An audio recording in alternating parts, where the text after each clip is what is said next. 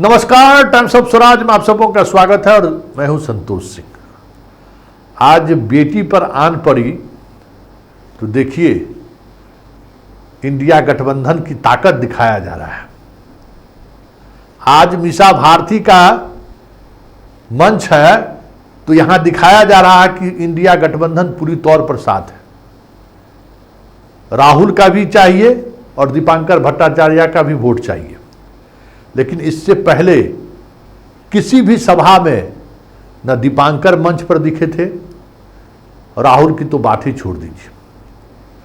आज पालीगंज में जो कुछ भी दिखा, लगा जैसे कि ओ अच्छा यहां इंडिया गठबंधन चुनाव लड़ रहा है। आज से पहले तो लगा ही नहीं कि इंडिया गठबंधन जैसी चीज कुछ बिहार में है भी। शुरुआती दौर में एक बार राहुल आए थे, लेकिन कभी तेजस्वी को दीपांकर भट्टाचार्य के साथ मंच शेयर करते मैंने नहीं देखा। कभी मैंने राहुल गांधी के पार्टी के अन्य नेताओं के साथ मंच शेयर करते हुए नहीं देखा। खरगे जब मोरिया होटल में प्रेस कॉन्फ्रेंस कर रहे थे तो मनोज झा को उन्होंने भेज दिया, खुद उसमें शामिल होने की जहमत नहीं उठाई, जबकि यूपी में अखिलेश खुद खरगे के साथ बैठकर प्रेस कॉन्फ्रेंस कर रहे थे। मतलब आज से पहले इन्हें इंडिया गठबंधन की न जरूरत थी, न इंडिया गठबंधन एक साथ दिखे, इनकी एक कोशिश रही। ये अलग बात है कि आज बहन का चुनाव प्रचार अभियान था और बहन के लिए प्रचार करना था, जहां पूरी चुनौती है उन्हें कि भाकपा माले का भी वोट चाहिए, कुछ कांग्रेस का जो कमिटमेंट है युवाओं के लिए उसका भी कुछ प्रभाव पड़े। तो आज सब कुछ मंच पर लगा जैसे कि वाकई में इंडिया गठबंधन लौट आया है। और यही जो गैप रहा ना पूरे प्रचार अभियान के दौरान बिहार में, उसका नुकसान होगा।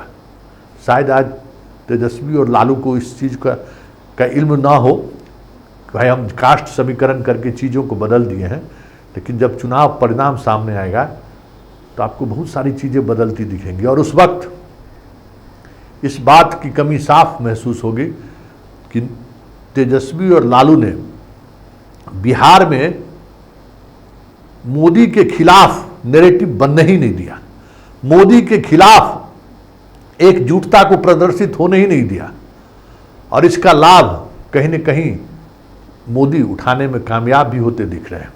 चलिए, हमारे साथ दिल्ली से दो मेहमान जुड़ रहे हैं, दोनों वरिष्ठ पत्रकार हैं। आज राहुल की इस यात्रा को लेकर क्या सोच रहे हैं और क्या मान रहे हैं, क्योंकि बहुत सारी तस्वीरें आज देखने को मिली है। काश मीरा कुमार पहले भी दिखी होती, आज बेटा चुनावी मैदान में है तो वो आज दिख रही हैं। सासाराम से तो बाहर कभी निकलते हुए मैंने देखा ही नहीं है कभी, लेकिन आज दिखी हैं मंच पर। अच्छा लगा कि चलिए एक जगजीवन राम की बेटी, अब समझ सकते हैं कितने बड़े शख्सियत की वो बेटी है। वो सासाराम से कभी बाहर नहीं निकली, सासाराम से ट्रेन दिल्ली के लिए सीधे आती थी, सासाराम उतरती थी, सासाराम से वापस।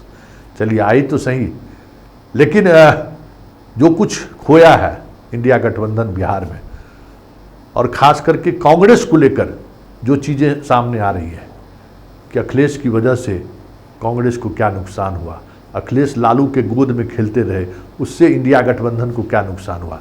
चलिए, हमारे दो साथी हमारे साथ हैं, ऋषि मिश्रा दिल्ली से और अभिषेक दिल्ली से। हमारे साथ दिल्ली से ऋषि जी और अभिषेक जी दोनों आदमी जुड़ चुके हैं। शुरुआत हम अभिषेक से करते हैं। अभिषेक जी, आज राहुल के पटना आने का मतलब क्या है? देखिए संतोष जी, राहुल गांधी पटना पहुंचे हैं और पटना में संयोग देखिए कि सिर्फ एक सीट, जिन 3 सीटों पर राहुल गांधी जा रहे हैं, सिर्फ एक सीट पर कांग्रेस पार्टी चुनाव लड़ रही है। कांग्रेस पार्टी ने यहाँ शेखर सुमन को भी आजमाया, शत्रुघ्न सिन्हा को भी आजमाया, कोई फायदा नहीं हुआ। और जिस प्रकार की बातें चल रही है, जिस प्रकार की सियासत चल रही है, उन सियासत को आप देखें तो कांग्रेस पार्टी को एक नेता को जहां जाना चाहिए था वहां वो गए नहीं। मसलन समस्तीपुर, पश्चिमी चंपारण, इन सब सीटों पर जहां कांग्रेस लड़ रही थी और बहुत कड़ी लड़ाई लड़ रही है, राहुल गांधी का दौरा हो जाता तो आज हम कड़ी लड़ाई लड़ रही है कांग्रेस ये नहीं करते, आज हम किशनगंज जैसी बातें करते कि ये तो कांग्रेस जीत चुकी है। अब जहां कांग्रेस गई है, पिछली बार 4 लाख वोट से शायद हारी थी पटना में, अगर आपको याद हो तो। और जो इलाका है 2.5 लाख से। इतने बड़े मार्जिन से हारने के बाद, शत्रुघ्न सिन्हा के हारने के बाद अंशुल अभिजीत आए हैं। अंशुल अभिजीत, ध्यान रखिए, ऋषि जी इस पर बेहतर बताएंगे, एक समुदाय को टारगेट नहीं कर रहे हैं। 3 समुदायों के साथ उनका एफिलिएशन है, एक उनके मदर साइड से, एक फादर साइड से और एक उनकी ससुराल की तरफ से। 3 अलग अलग जातियों का संगम है और तीनों का वोट पटना साहिब लोकसभा में ठीक ठाक है। तो मेरे कहने का मतलब यह है कि राहुल गांधी के आने ना आने से उसमें कोई फर्क नहीं पड़ता। फर्क जहां पड़ना है वो थोड़ा बहुत फर्क कह सकते हैं कि आरा में पड़ेगा। आरा में सुदामा प्रसाद माले के चुनाव लड़ रहे हैं और आरा की सीट पर आपको जहां तक मालूम होगा, आप तो पूरा बिहार घूमते रहते हैं, चप्पे चप्पे से वाकिफ है संतोष जी, आरा में, आरा जिला घर बा कौन बात के डर बा। मिलिट्री में, पैरामिलिट्री में, बिहार पुलिस में बड़ी संख्या में लोग हैं। तो राहुल गांधी अगर आरा में अग्निवीर समाप्त करने वाली बात को ढंग से कर पाए, आरा में आपको याद होगा रेलवे एनटीपीसी का बहुत बड़ा आंदोलन हुआ था, बहाली का, रेल पटरियां तक नौजवानों ने उखाड़ दी थी। तो अपनी 30 लाख वैकेंसी 15 अगस्त के पहले फॉर्म भरवा लेंगे, जो बात वो कह रहे हैं, आरा में वो ढंग से कह पाए तो उसका असर होगा। रही बात पाटलिपुत्र की, तो पाटलिपुत्र लोकसभा सीट पर राहुल गांधी के आने ना आने से मुझे नहीं लगता कि कोई फर्क होगा। बिहार के बारे में हम यही कर सकते हैं कि बहुत देर कर दी मेहरबा आते आते वाली स्थिति है राहुल गांधी के आने की। अच्छा, ये तो आपने बताया कि 3 फैक्टर है, तो मतलब कुशवाहा है, दलित भी है, तीसरा पत्नी कौन सी है? तो ऋषि जी बताएंगे, पत्नी शायद राजपूत समाज से है। ऋषि जी जात पात का बड़ा कैलकुलेशन करते रहते हैं अभिषेक जी, और इसीलिए हमको लगता है बख्तियारपुर में कार्यक्रम करा रहा है क्या? ऋषि जी नहीं बताया है एक कार्यक्रम में अभी। अच्छा, देखिए जैसे राजस्थान में वसुंधरा राजे राजपूत की पुत्री हैं, जाट की पुत्रवधू हैं और गुजरों के समधन है, यानी उनकी पुत्रवधू जो निहारिका गुज्जर हैं, गुज्जर समाज से हैं। वही अंशुल अभिजीत के लिए है रविदास समाज की लेगेसी, यानी जगजीवन बाबू के नाती हैं, कुशवाहा समाज के पुत्र हैं, उनके पिता कुशवाहा समाज से आते हैं, और जिस परिवार में उनकी शादी हुई है, राजपूत परिवार में उनकी शादी हुई, यानी अंशुल अभिजीत की जो पत्नी है राजपूत ठाकुर समाज से बिलोंग करती हैं। तो ये बड़ा एक बेहतर कॉम्बिनेशन देखने को मिल रहा है ठाकुर, कुशवाहा और दलित का। तो ये रविशंकर प्रसाद को कहीं ना कहीं भारी पड़ता हुआ नजर आएगा। एक बात सुन लीजिए, देखिए 40 संसदीय क्षेत्र में आप देखें तो मेरे बात से आप दोनों विद्वान पत्रकार सहमत होंगे कि सबसे ज्यादा किसी व्यक्ति के विरुद्ध एंटी इनकम्बेंसी है, किसी सांसद के विरुद्ध एंटी इनकम्बेंसी है, और रविशंकर प्रसाद है। आप पटना में खुद रहते हैं संतोष जी, शायद ही आप कभी रविशंकर प्रसाद को पटना साहिब में घूमते हुए मिले होंगे आपको, या जनता से रूबरू होते हुए मिले। तो आपको रविशंकर प्रसाद को राज्यसभा भेज दीजिए ना, अच्छे प्रवक्ता हैं, अच्छे लॉयर हैं, राज्यसभा भेज दीजिए। ये जनता के दिलो दिमाग से क्यों खेलती है भाजपा? हालांकि शहरी एरिया है, बीजेपी को फायदा हो सकता है, लेकिन एक बात गौर भी कीजिएगा, शहरी एरिया में इन दिनों वोटिंग कम हो रही है, तो इस चीज का भी ख्याल रखिएगा। और एक कॉम्बिनेशन काम करती हुई नजर आ रही है, खासकर कुशवाहा फैक्टर जो है, मुझे लगता है कि यहाँ जो है हार जीत कोई भी हार जीत का मार्जिन बहुत कम होगा, कोई भी जीत सकता है, लेकिन कुशवाहा समाज के इधर आने से रविशंकर प्रसाद के जो कोर वोट बैंक है उसमें कहीं ना कहीं डेंट लगती हुई नजर आ रही है। जी देखिए, हार जीत तो अलग बात है ऋषि जी, लेकिन एक बात बड़ा महत्वपूर्ण बात आप बता, तब तो यहाँ 3 उम्मीदवार हो गया। एगो यादव जी जमुई शादी किए रविदास से चुनाव लड़ा रहे हैं, एगो क्या कहते हैं कुणाल जी का पुत्र चुनाव लड़ा रहे हैं, तीसरा नाम आप यहाँ भी दे दिए, अपने चुनाव लड़ रहा, लेकिन राजपूत वोट को उम्मीद कर रहा होगा तब ना राजपूत प्रचारित कर रहे हैं। जी नहीं, ये फैक्ट्स है, आप क्रॉस चेक कर लीजिएगा। आप तो पटना में रहते हैं, और ये फैक्ट्स है कि वो नौकरी वाला में जो है मास्टर के नौकरी में हम देखे हैं, हाल में बिहार में लड़कियों को बहुत ज्यादा नौकरी मिली है, तो इंटरकास्ट मैरिज बहुत बढ़ गया है, समझ गए ना, उसमें दलित सवर्ण और पिछड़ा कुछ नहीं। देखिए एक चीज और बता दूं आपको संतोष जी, आप मेरे बात से सहमत होंगे, दिनेश सिंह को यानी बीना देवी को वैशाली में भूमिहारों का एक तबका का वोट इसलिए मिला है क्योंकि उनकी बेटी भी भूमिहार समाज में ब्याही गई है, और जिस परिवार में ब्याही गई है उसके पिता यानी ससुर जो है, उनके फादर इन लॉ हैं, उस एरिया के चर्चित मुखिया रहे हैं, मतलब उस जमाने के मुखिया रहे हैं। जो एक फिल्म में डायलॉग है ना, अंग्रेज के जमाने के जेलर, तो वो पुराने जमाने के मुखिया रहे हैं और उनका अपने समाज में प्रभाव है। तो ये इस बार बिहार में नए गणित देखने को मिल रहा है, गठजोड़। आपने सही कहा, समस्तीपुर में पासी समाज की बेटी है और भूमिहार समाज की पुत्रवधू है, तो कॉम्बिनेशन काम करती हुई दिख रही है। कितना असली खेल जमुई में हुआ है जी। नहीं तो ऋषि जी, सवाल मेरा वो नहीं है, मेरा सवाल है कि अब राहुल के आने का मतलब क्या है? अब सब कुछ लुटा देखिए, के अब आए हैं। अब एक बात संतोष जी आपको कहें, आप मेरे बात से सहमत हो या ना हो, राहुल गांधी के जो रणनीतिकार हैं उनको कोटि कोटि प्रणाम। ये बताइए, बिल्कुल अभिषेक जी ने सही कहा, जब पूरा लुटिया मतलब पूरा समाज, जब फिल्म खत्म हो गया तो जो लास्ट में जो आप देखते हैं पर्दे पे जो कास्टिंग में चलता रहता है, उस प्रकार की एंट्री आप करवा रहे हैं राहुल गांधी का। आपको राहुल गांधी की रैली करवानी थी समस्तीपुर में कराते, जहां दम नेट टू नेट फाइट है। आपको बेतिया में कराना चाहिए था। मदन मोहन तिवारी के बारे में बताओ, मदन मोहन तिवारी बेचारे अखिलेश प्रसाद सिंह नॉमिनेशन कराने गए, उसके अलावा एक दिन भी कोई बड़े नेता दिल्ली से या बिहार प्रदेश कांग्रेस के बड़े नेता यदि मदन मोहन तिवारी के लिए प्रचार करते हुए दिखे हो तो आप बता दीजिए। वो बेचारा सीमित संसाधन में कड़ी टक्कर देते हुए दिख रहा है।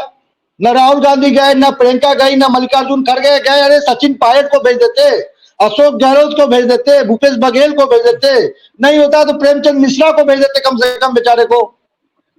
किसी को नहीं भेजा आपने।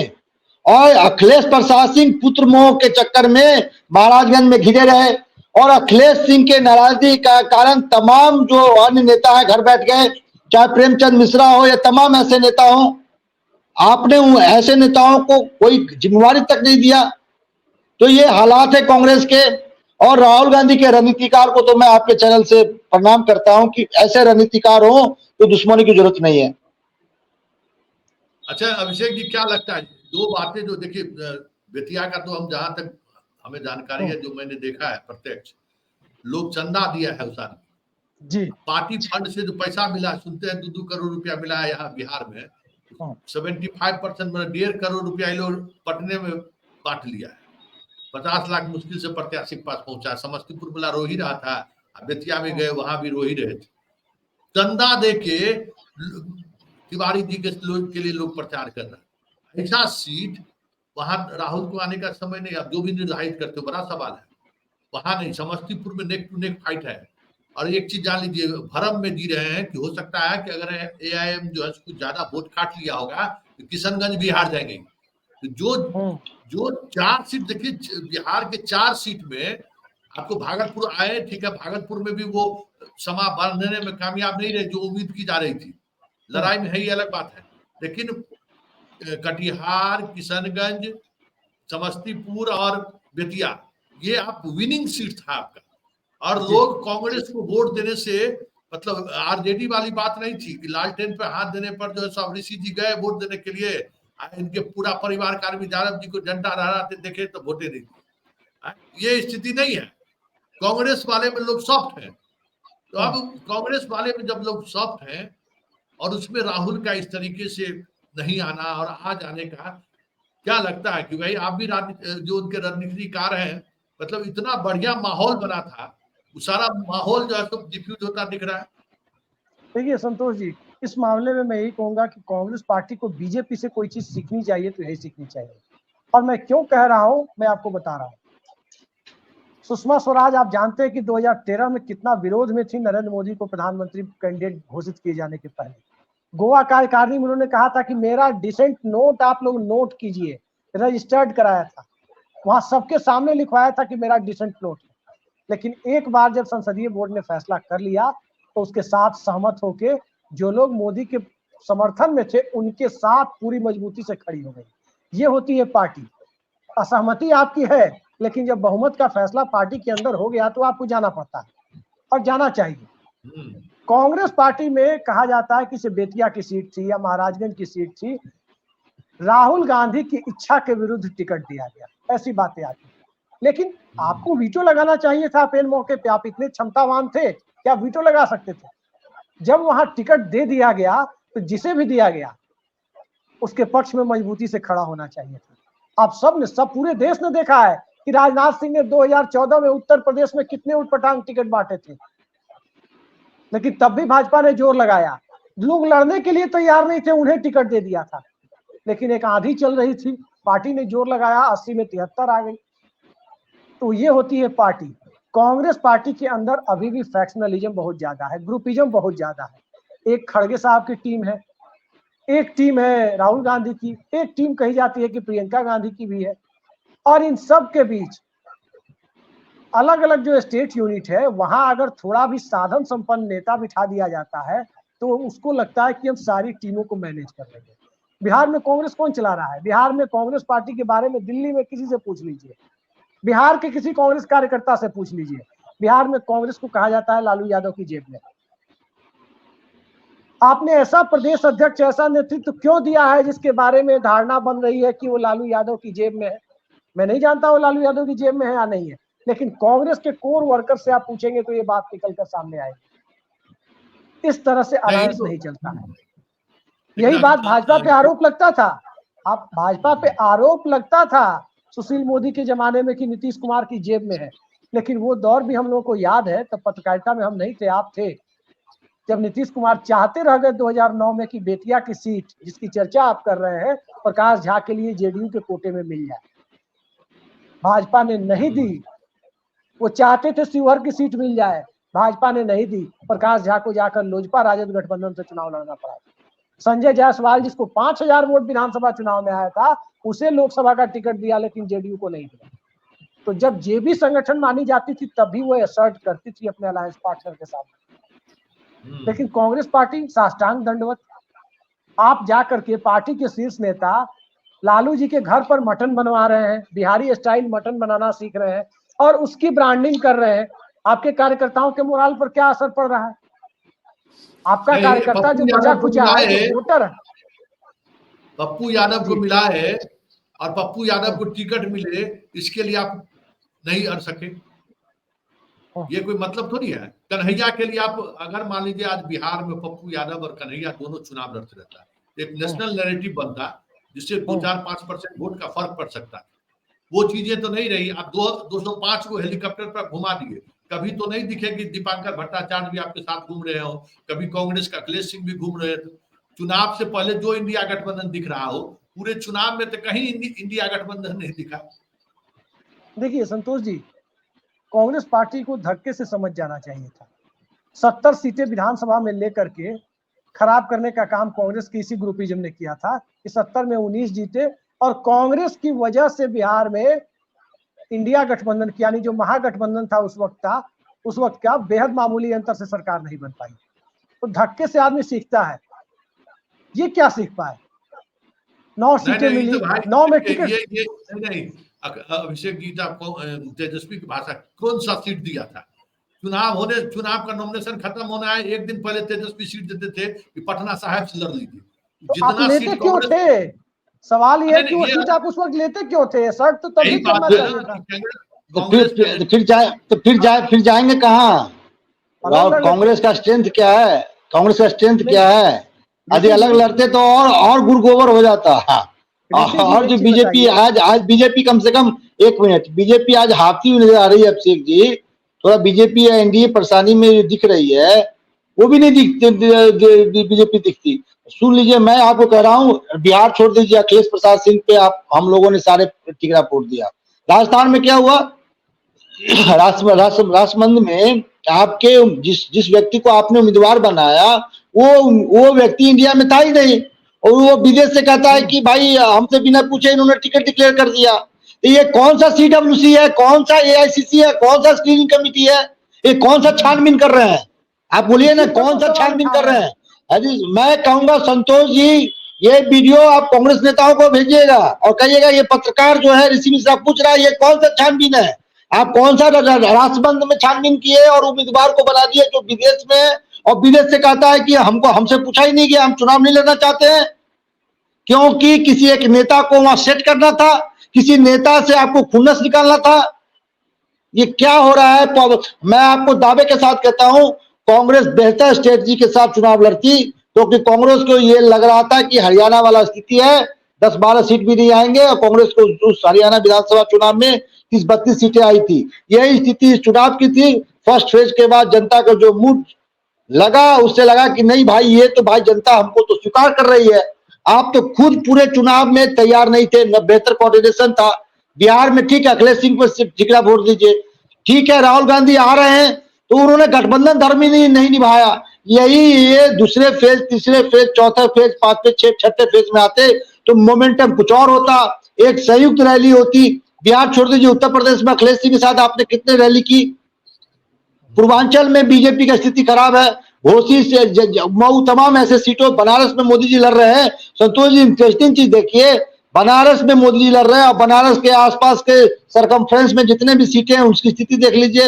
हालात बीजेपी के बद से बदतर है, लेकिन एक भी इंडिया गठबंधन का जो रैली होने चाहिए वो नहीं हो रहा है। 1-2 रैली को छोड़ दीजिए तो चुनाव जनता लड़ रही है, सही बात है, कांग्रेस जनता लड़ रही है। तो ये फिर मत कहिएगा, ये तमाम जो कांग्रेस के जो नेता है, रणनीतिकार, ये मत कहिए कि मोदी बेब है, अमित शाह का चाणक्य नीति चल गया, पन्ना का नीति चल गया, ये मत कहिएगा। फिर ये आप खुद स्पेस देते हैं और कांग्रेस वाले खुद स्पेस देते हैं जबरदस्त। आपको बताएं, मैं संतोष जी, अभिषेक जी के भी डिबेट में मैंने ये कहा है, बीजेपी रूपी नैया को नरेंद्र मोदी ढो रहा है। उस नैया में हजारों, मतलब सैकड़ों इनके जो एंटी इनकम्बेंसी वाले जो गधे सांसद हैं वो उसमें बैठे हैं। उन कमजोर सांसदों को ये लोग ढो रहे हैं। सॉरी, गधा शब्द का इस्तेमाल नहीं करना चाहिए, हमारे जनप्रतिनिधि हैं, लेकिन इनके विरुद्ध जोरदार एंटी इनकम्बेंसी है और उस चीज का फायदा भी कांग्रेस नहीं उठाती है, विपक्ष नहीं उठाता है, तो फिर जनता, फिर भगवान ही मालिक है आपका। जी संतोष जी, एक चीज आपके सवाल के पहले मैं बता दूं, जो बात ऋषि जी कह रहे हैं, इन लोगों ने टिकट कैसे बांटे जरा देख लीजिए। 2-3 सीटों को छोड़ दीजिए, अगर भागलपुर को छोड़ दीजिए या कटिहार किशनगंज को छोड़ दीजिए, टिकट कैसे बांटे आपको जानकर हैरत होगी। कांग्रेस पार्टी के टिकट को मदन मोहन तिवारी चुनाव लड़ेंगे, क्या उनको पता था कि चुनाव लड़ने जा रहे हैं? आकाश कुमार सिंह किस सीट से चुनाव लड़ेंगे, क्या खुद आकाश कुमार सिंह को पता था? वो मोतिहारी घूम रहे थे, आकाश सिंह क्यों हम कह रहे हैं अभिषेक जी, आकाश सिंह क्यों, क्या है उनको, उसका पार्टी में योगदान? आकाश सिंह का पार्टी में क्या योगदान है? आकाश सिंह इसलिए टिकट दिया गया क्योंकि, एक मिनट संतोष जी, आकाश सिंह सिर्फ इसलिए क्योंकि वो अखिलेश प्रसाद सिंह के पुत्र है। पार्टी क्यों ढोएगी आपको? पूरे संसाधन, अपने संतोष जी ने सही कहा, सभी सांसदों के फंड काट के महाराजगंज में लगाया गया है। क्यों मदन मोहन तिवारी को आपने उम्मीदवार बनाया? क्यों नहीं सपोर्ट किया? पार्टी संगठन क्यों नहीं सपोर्ट किया? राहुल गांधी क्यों नहीं गए? यानी राहुल गांधी से बड़ा है अखिलेश सिंह? संतोष जी, अभिषेक जी, दोनों विद्वान पत्रकार से पूछना चाहते हैं, अखिलेश सिंह का कद राहुल गांधी से बड़ा है, प्रियंका गांधी से बड़ा है, सोनिया गांधी से बड़ा है क्या? ऋषि जी, दोनों आदमी से एक आखिरी सवाल, दोनों आदमी दिल्ली बेस्ड पत्रकार हैं, मतलब वहां बाप राज्यसभा सदस्य, बेटा को टिकट का, मतलब कोई कांग्रेस को देखने वाला नहीं है कि हम हो क्या रहा है, तो खाली संगठन, पार्टी, यही सब बात होता है, कोई ये सब देखता नहीं है। ऋषि जी देखिए, आप देखिए ना, आपके पास 19 विधायक थे, 19 विधायक थे। प्रेमचंद मिश्रा, मैं किसी व्यक्ति का नाम नहीं लेता हूं, कई लोग आरोप लगाने लगते हैं कि इनकी इससे दोस्ती है, उनसे ये दुश्मनी है। प्रेमचंद मिश्रा, मैं कह रहा हूं, प्रेमचंद मिश्रा NSY के टाइम से लगे हुए हैं बेचारे। 19 विधायक थे, क्या उनको दोबारा नहीं भेजा जा सकता था? आप उनको नहीं भेजते, किसी आम कार्यकर्ता को भेज देते। आपने क्यों राजद से मैनेज कर लिया? क्योंकि आपको राज्यसभा जाना था, ठीक है, आप राज्यसभा चले गए, पार्टी अध्यक्ष है, आपको 10 रंग का काम होता है। आपके बेटा में क्या क्वालिटी था कि आपने बेटा को टिकट दिलाया? पहले मैं थोड़ा और अंदर जाता हूं, पहले नवादा में ट्राई किए, नवादा में बात नहीं बना, बेगूसराय में ट्राई किए, नहीं बात बना, मुजफ्फरपुर को भी लूप में रखे थे, बीमार विजेंद्र को कॉन्फिडेंस में ले रखे थे कि आपको टिकट देंगे, और विजेंद्र को निषाद नहीं भी आता तो विजेंद्र को टिकट नहीं मिलता। वहां बेटे के लिए ये जगह बना के रखे हुए थे, नहीं हुआ। अंत में आपको आश्चर्य होगा, बेतिया में जहां भूमिहार न के बराबर है वहां भी ये ऑप्शन रख रखे थे। तो बेटा ही सब प्रिय है, ये राहुल गांधी को नहीं दिख रहा है।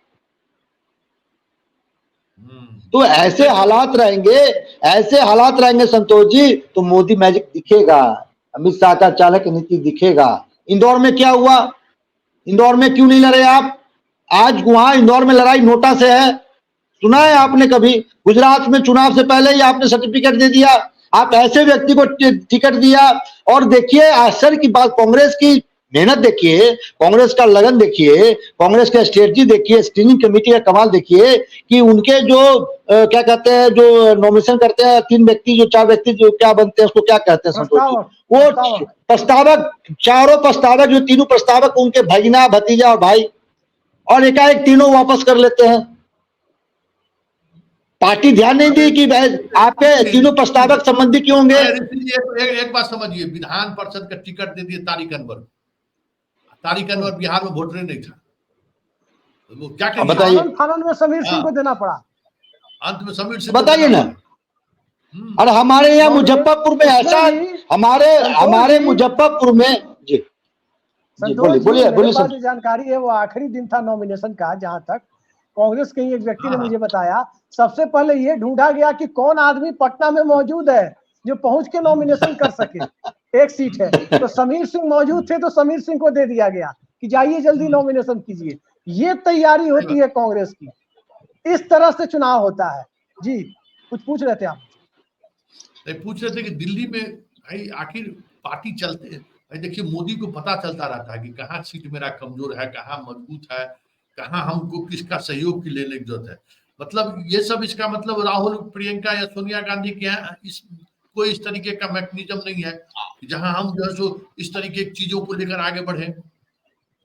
आप संतोष जी, आप 1 मिनट से लेंगे समय, फिर अभिषेक जी का बारी आएगी।